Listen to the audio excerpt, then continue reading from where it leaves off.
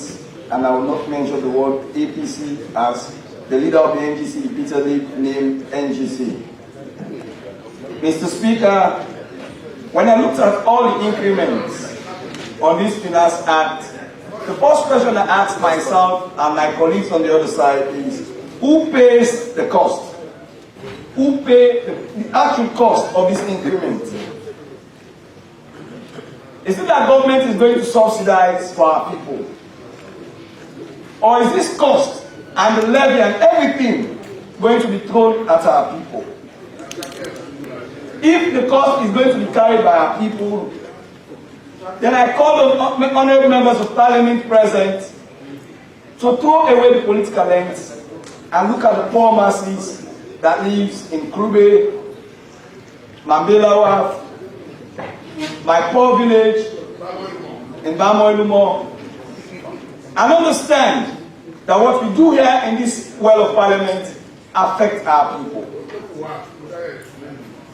Mr. Speaker, the controversy I had over the increment in the health sector when it comes to the printing, I had my colleagues on the other side will say, oh, it is per 100. No, it is per book. Even when it was per 100, the cost was still the same per 100. So the increment we are making now is still per 100. But our point is, if you make an increment, that increment is going to affect our people. So let's focus our arguments on what affects the people, the ordinary people that went out in the lines to vote for us 5 o'clock in the morning. We owe them a duty. We are not here to satisfy our paymasters.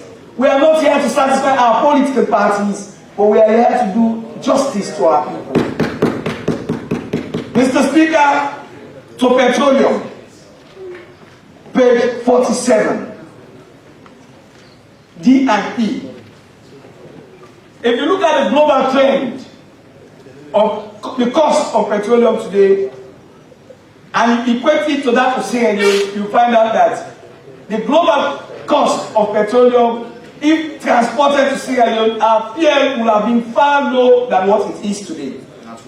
But what has cost us the increment of where we are other charges and costs levied on the importers. But what we are seeing here again in this act is also another increment. And these are not commodities we produce in Sierra Leone.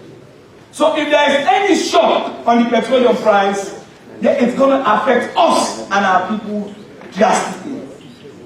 Mr. Speaker, I still reiterate, my view on this is not who pays the cost.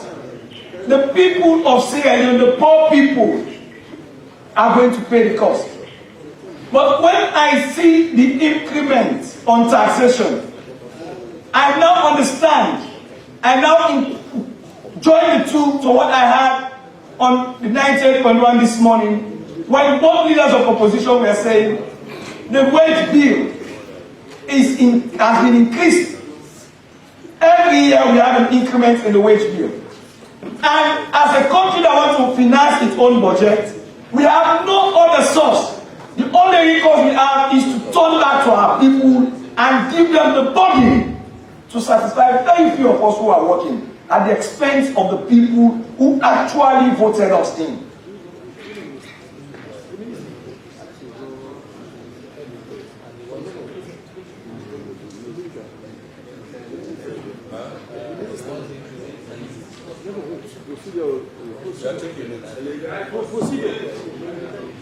To page 47, paragraph D and E.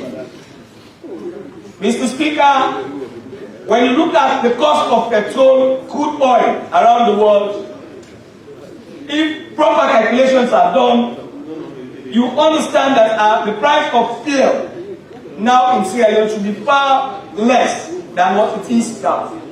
Had it not been for local taxes, other prices being added on importers. But what we are seeing here, for example, we have from 600 to 1,200,000, 100% increment. We are having 200 27.25 to 55 mils per litre. All these are increments. What I am saying, Mr. Speaker, in a situation where you have a shock in petroleum, an increase in petroleum, what you finally get, you have a rapid increase of petroleum products in Sierra Leone.